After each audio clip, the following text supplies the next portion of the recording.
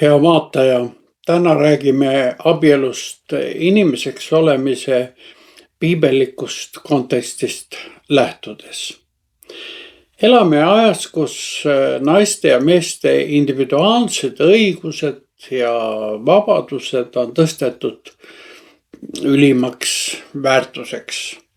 Kuna inimeste isiklikud kujutlused abielust on aga väga erinevad, siis siit ka palju segadust ja kannatusi ja pettumusi ja vahel ka õnnestumisi. Piibel näeb abielu aga püha ja eluaegse mehe ja naise vahelise liiduna. Abielu on siin perekonna ja ühiskonna alus. Pühakiri ütleb päris alguses: Jumal lõi inimese oma näo järgi, Jumala näo järgi lõi ta tema, ta lõi ta meheks ja naiseks. See on 1. Moose raamatu 1. peatükk 27. salm. Kuid Jumal ei loonud neid lihtsalt meheks ja naiseks, vaid siin öeldakse, et üheskoos moodustavad nad Jumala näolisuse. Peab ütlema, et see printsiip ei ole ainult inimeste juures kehtiv. See on, nagu öelda, kogu universumit läbi põhiprintsiip. See on selline ontoloogiline, olemuslik printsiip. Anorgaanilises maailmas tõmbuvad erinevad märgiga poolused ja tõukuvad samanimelise märgiga poolused. Kui me tõuseme aga läbi taime ja loomariigi ülespoole, märkame kasvavat diferentseerumist meheliku ja naiseliku printsiibi vahel. Kõige selgema väljenduse leiab see polaarsus aga mehes ja naises. Selline polaarsus ei ole ainult inimesele, vaid kogu loodule omane. Igal juhul on selle eesmärgiks ühinemine ja vilja kandmine. Taoline looduse saladus kõneleb veelgi suuremast taevasest saladusest. Jeesus ütleb Mattuse evangeeliumis 22. peatükis 2. salmis: taevariik on kuninga sarnane, kes oma pojale pulmad tegi. Siingi on aimata Jumala sügavamat olemust, armastust. Nõnda siis inimese abieluski täitub see, mis on antud kosmilises polaarsuses. Abielu peegeldab samal ajal Jumala riigi vaimset salapära.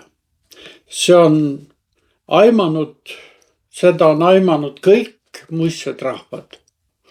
Etnoloogid on täheldanud, et abielu täielik riitus viiakse läbi üksnes ühel, see on nimelt esimesel korral. Hilisemad abielu sõlmimise riitused on kõik osalised või siis teistsugused. Oluline on just see riitus, mitte meeste ja naiste arv, mis hilisemates kooslustes võib ette tulla, kellega võidi ka vahekorras olla, vaid just see esimene. Teised naised ja mehed tulevad ette majanduslikel, suguharu jätku ja kasvu ning ka reputatsiooni hoidmise eesmärgil. Kuid neil ei ole võrreldavat tähendust abielu kui sellise väärtuse hindamisel. Niisiis kogu abielu eelne elu on suunatud abielu endale, mis algab pulmariitusest. See on oma olemuselt üleminekuriitus, mis kirjeldab suremist eelmisele, vanale elule ja ärkamist uuele ühisele elule. Kuid mis on siis abielu eesmärk? 1. Moose raamatu 1. peatükk 28. salm on öeldud, et olge viljakad ja teid saagu palju. Täitke maa ja alistage see enestele. Ja 1. Moose raamatu 2. peatükis 24. salmis on öeldud: seepärast jätab mees maha oma isa ja ema ning hoiab oma naise poole ja nemad on üks liha. Abielu on seega Jumala plaan inimkonnale. Üheks lihaks või ihuks saamine tähistab siin erilist füüsilist, emotsionaalset ja vaimset ühtsust ja täielikku üksteisele pühendumist. Peab ütlema, et Vana Testament ei tunne ühtki sõna abielu seisuse kirjeldamiseks. Küll aga antakse meile abiellumise protsessi kirjeldus ja siin kasutatakse sõnu naima, seda naist võtma, olla talle isandaks. Abielu olemus seisneb selles, et mees ja naine kuuluvad kokku. Nad on üks ihu, kusjuures naine on mehele kohane abi. Eesti keeles on selles mõttes väga ilus ja täpne nimetus abikaasa.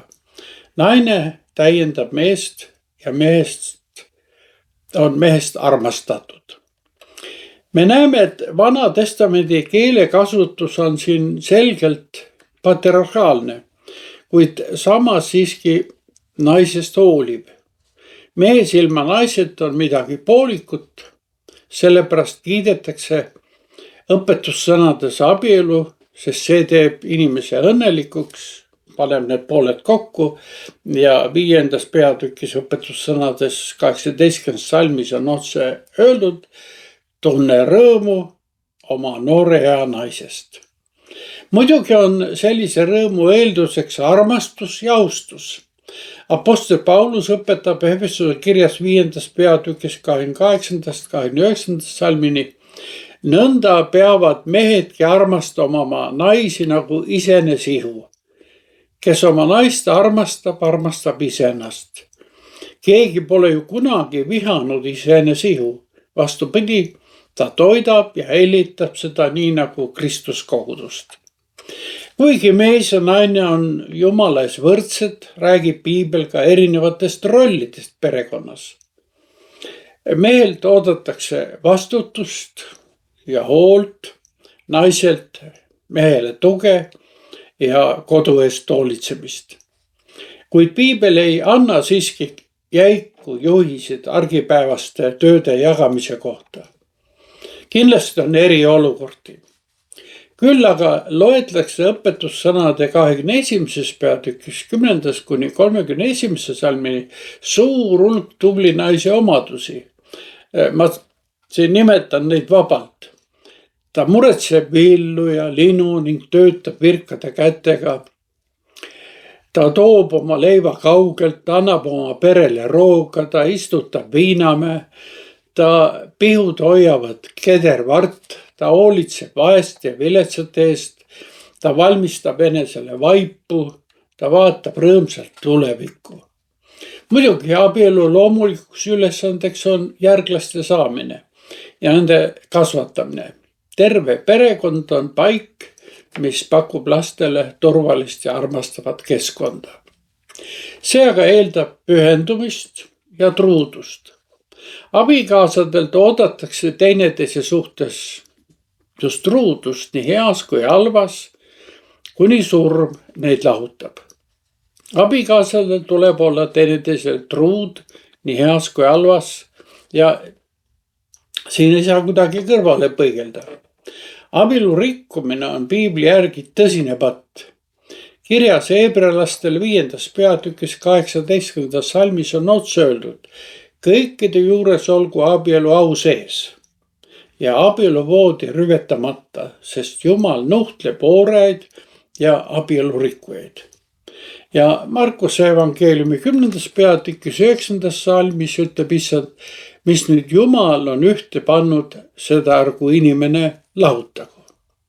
Ometi on inimesed kõigil aegadel suutnud oma elud keeruliseks elada. On tülitsetud, on lahutatud, on uuesti abiellutud. Ikka südame kanguse ja rikutuse tõttu. Nendest asjadest aga räägime hilisemates mõtisklustes. Lõpuks võib öelda, et abielu on piibellikus vaates püha, eluaegne ja eksklusiivne liit, mis peegeldab looja poolt antud kosmilist korda.